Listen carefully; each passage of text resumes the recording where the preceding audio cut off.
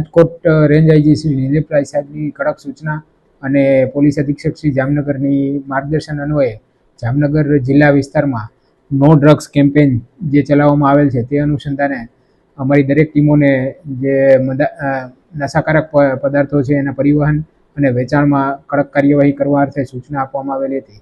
જે સૂચના અન્વયે SOG PI Shri VB Chaudhary અને પંચેના પીઆઈ શ્રી કાસુરા દ્વારા ગત રાત્રિના રોજ એક કેમ્પેન આયોજન કરવામાં આવેલું હતું.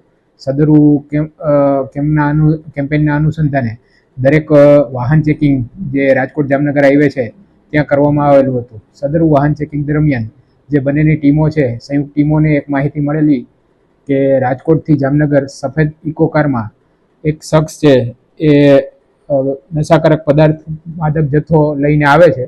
તે બાતમીના અનુસંધાને ફલ્લા ગામ પાસે આ વાહન ચેકિંગ દરમિયાન એક ઈસમ કે જેનું નામ હાજી ઉર્ફે દુનો આદમ ખફી ઉંમર વર્ષ 26 અને રહેવાસી જામનગરનાઓ પોતાની સાથે આશરે 2 કિલો 900 ગ્રામ જેટલા માદક પદાર્થ ગાંજાના જથ્થા સાથે પકડાયેલો હતો. સદરુ આરોપીની પૂછપરછ કરતા નામદાર કોર્ટ દ્વારા ગુનાની ગંભીરતા જોતા દિન 7ના રિમાન્ડ મંજૂર કરેલા છે. હવે આ જથ્થો ક્યાંથી આવેલો છે, કઈ રીતે તે લાવેલ છે, અગાઉ ક્યારેય લાવેલો હતો કે કેમ, તે તમામ કાર્યવાહી આ રિમાન્ડ દરમિયાન હાથ ધરવામાં આવશે.